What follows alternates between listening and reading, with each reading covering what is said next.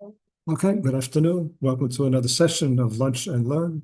The title of this session is It's All About Time. The truth of the matter is, at the beginning, when I told Kochava the title, was it's about time. But it's about time can have a negative connotation. Because, oh, it's about time that you showed up, or something like that. So I added, it's all about time. Why about time? Specifically, this period, this time of the year. Well, as we're approaching Shavuot, Shavuot is all about time, counting the Omer. And so I figured this is a good opportunity to talk about time. It's a fascinating subject. We all know what time is. It's a very important part of our lives in every aspect. The halacha is full of time. Tefillin, you put on during the day, not at night. Shabbat begins at a certain time, 5:36. It ends at 2:48. And if you look at it, Atar, the website is called My Money. It won't say that it begins at 5:46. It begins at 5:46 and 23 seconds. So time is something very exact. We count 50 days for between Passover and Shavuot. We count 7 days of Sukkot, or in the diaspora, 8 days. Time. And we all know what time is. Our day-to-day life. The train leaves at 6:04. And if you come at 6:05, you've missed it. And we know that the airplane is landing at 2:37 and not 2:38, not 2:36. It's landing at 2:37. And in fact, we got on the plane. They said the flight time is 11 hours and 49 minutes. Not for that, 15 minutes, 49 minutes. Time. We all wear watches. We have clocks. Some people have very expensive watches. Expensive, it's essentially a piece of jewelry, all about time. So we have time. Now we think that we control time. How do we control it? Well, we know what time it is. We know what time to expect. We know how long it's going to take to drive from Tallahassee to Jacksonville. But we control time. I heard once, I don't know if it's true or not, but I heard once that NASA sent a satellite like 40 years ago, or something like that, to Neptune. I think it was Neptune, maybe one of the other planets. It took 11 years for the satellite to reach Neptune. And when it arrived, it was 1 second off schedule after 11 years. Oh, so we control time, right? We really control time. But do we? Last week, we marked Pesach Sheni. What's Pesach Sheni? People who, for some reason, were unable to perform the Passover sacrifice on Passover had an opportunity 1 month later. And this is really quite interesting. We think we control time. Here we are, the 14th day of the month of Iyar, a full month after Passover. And there's the ability, the possibility of performing this Passover sacrifice of 30 days before, the Nisan. So how much do we really control time? So I said, okay, well, you know what time is. Let's define time. There I got stuck. Anybody want to make a stab at it? Try to define what time is? I don't blame you. I had to look it up. So I found a definition of time. If you are able to make any sense out of this definition, then like I say, it's kol hakavod, more power to you. Excuse me. What is time? The system of those sequential relations that any event has to any other, as past, present, or future, indefinite and continuous duration, regarded as that in which events succeed one another. Okay, now we know what time is. I once read a definition of usability. You know, everything that we use is especially in computers, should be usable, friendly, user-friendly. The definition was anything other than user-friendly. Oops. In any case, I found a better definition in Merriam-Webster, and this we can relate to. The continuous, irreversible progression of existence and events from the past through the present and into the future. Okay, that makes sense. Interestingly, both of these definitions, the one that's so complicated that we can't understand, and the one that makes sense, talk about the past, present, and future. And for the purpose of our discussion today, that's extremely important. Another factor about time is that it's called the fourth dimension. We know that we live in a three-dimensional world. Time is called the fourth dimension. Excuse me, I'm getting over it. And the time actually is part of creation. Before the world was created, there was no such thing as time. God has no end, no beginning. There's no such thing as time. Time does not, for the essence of God, there's no such thing as time. Time does not occupy any space, any importance. It doesn't exist. Even the Big Bang Theory, which says that there was this massive explosion 14 billion years ago, says that that mass that exploded always was. So the idea of time is part of the creation. It's not man-made. God made a world in which time not only can exist, but plays an important part. Now, I want to bring a quote from Abraham Joshua Heschel.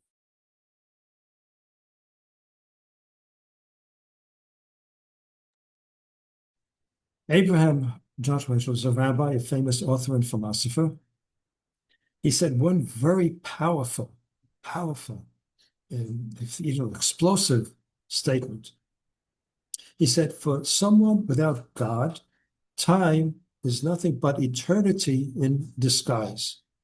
And in the next, say, 10 to 15 minutes, let's see if we can understand exactly what he said.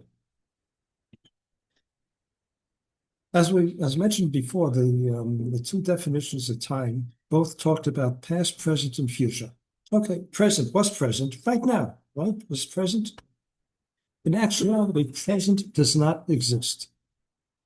As soon as I say a word, it's part of the past. Before I say a word, it's part of the future.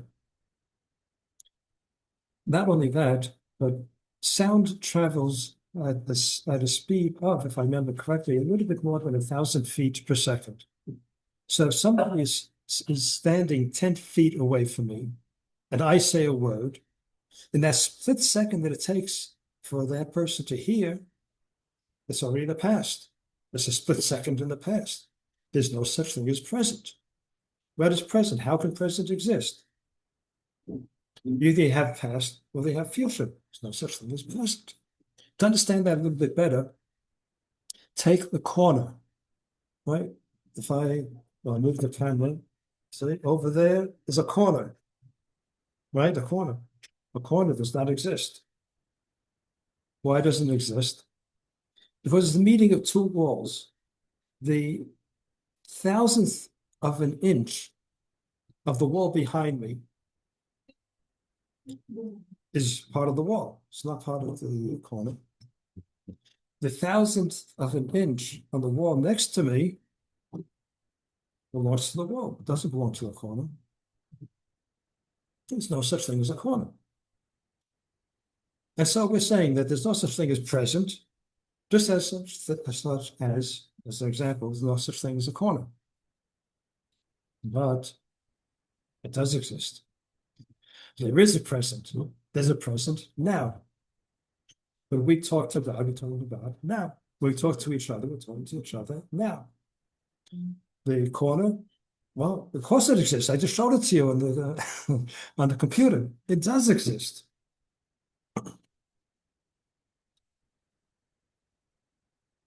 So how do we make sense of these two diametrically opposing forces? Well, we say now. How does now exist? According to the Baal Shem Tov, there is the concept of continuous creation. The forces that God uh, exploited in order to create the world, he also uses to sustain the world. According to the Baal Shem Tov, with the idea of continuous creation, if the godly forces that maintain the world were to not to were to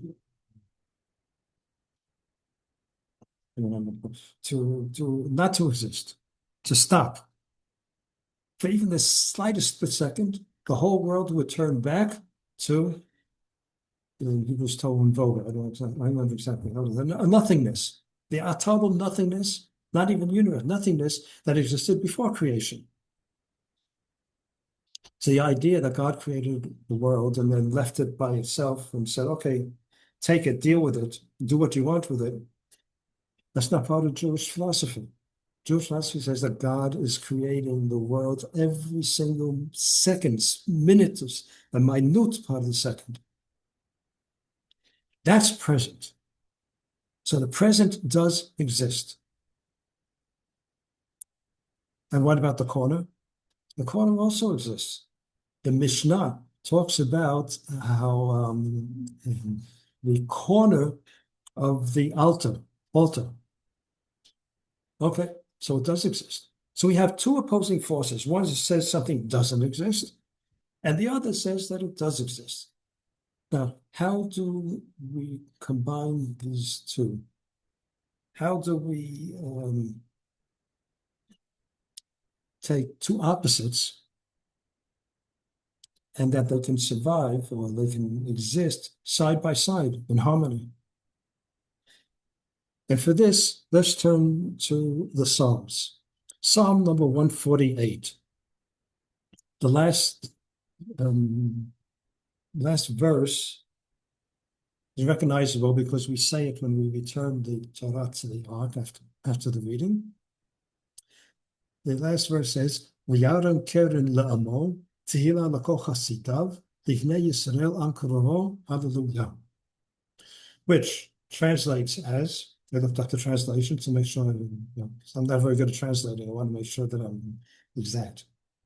He, God, raises the glory of his people, increases the praise of his pious ones, the children of Israel. Now notice that the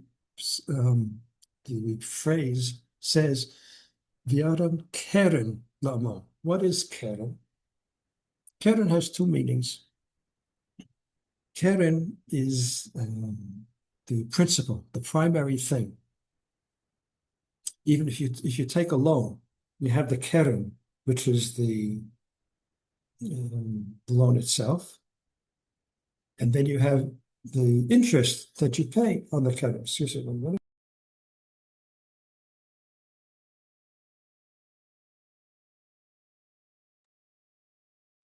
So that's the idea of keren. Keren is the main thing.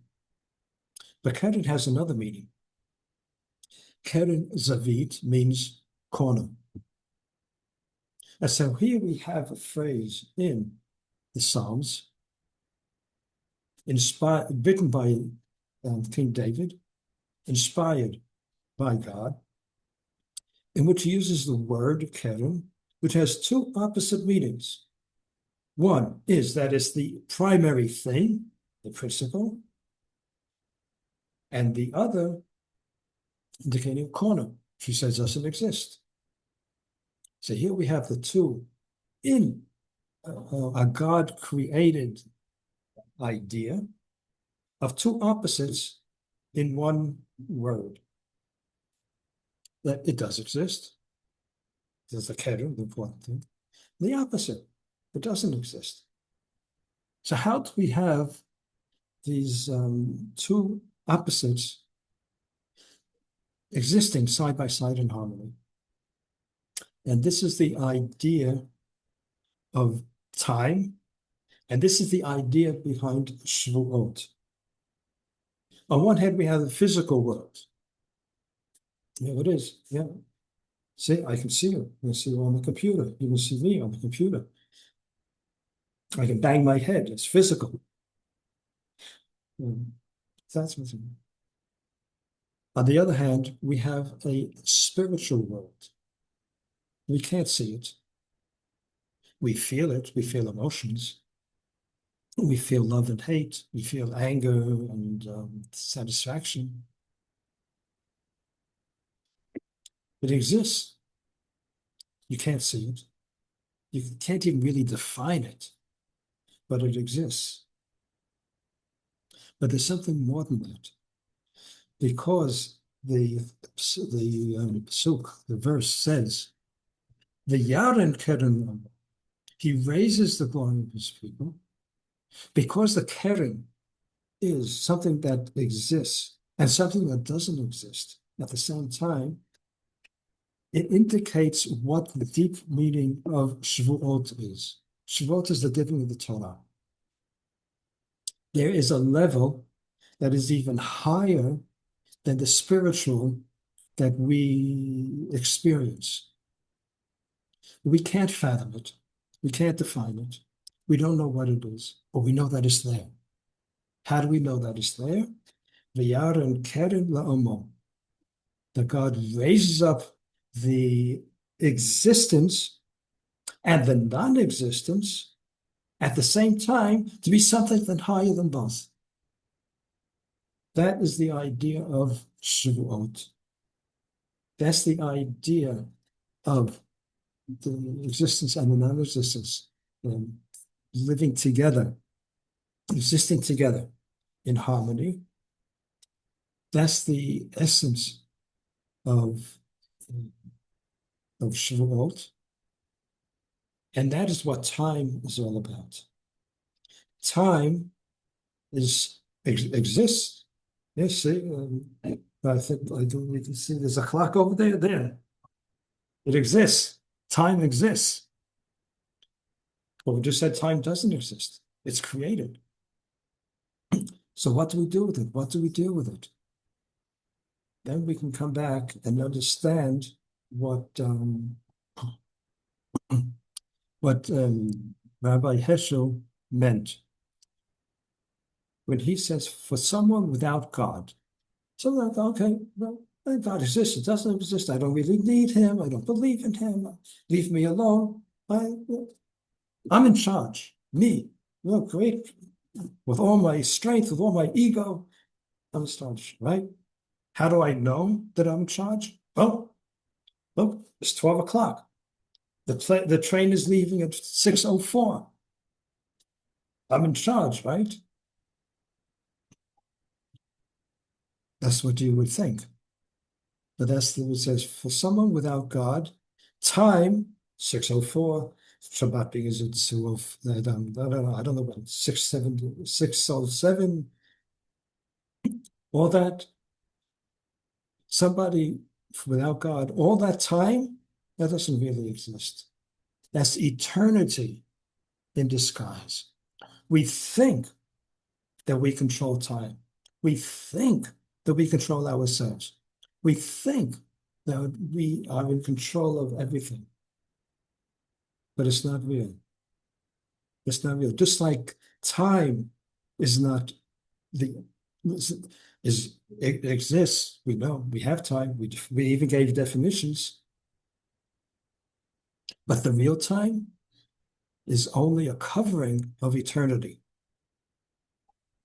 For someone who has God, sure, then we use time. We use it. We utilize it. We don't use it as an excuse to escape from God, but we use it as a means to serve God.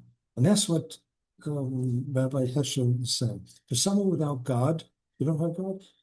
Sure, you have time. You have time, but what is time? What is time for him? It's really eternity in terms of disguise. He thinks he controls it. He thinks he's the master. For someone with God, we use that same time Shabbat comes in at 8:47. The train leaves at 6:06. We use it, but we use it in a godly way to serve God. We understand that we have time because God gave us the ability to use and define, and not only to define, but to make time. There's an interesting thing, I don't know how the time, the 24 hours and minutes and seconds was decided on. And it's the one revolution of the earth is 24 hours. So somebody obviously figured out how long it takes. And incidentally, the Hebrew calendar was way ahead of its time. The Hebrew calendar that we use today is mathematically perfect. The Gregorian calendar has a certain, I say EDU, it's not exact. It loses a certain number of minutes or sentence over minutes or seconds over the year. The Hebrew calendar is mathematically exact. A body line university put it in the computer and it came out mathematically exact. And this was developed years ago, hundreds, thousands, over as far as close to 2,000 years ago, which still is today.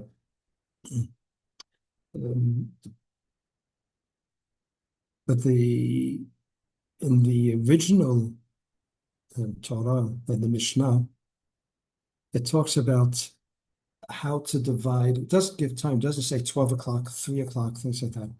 The night is divided into three sections.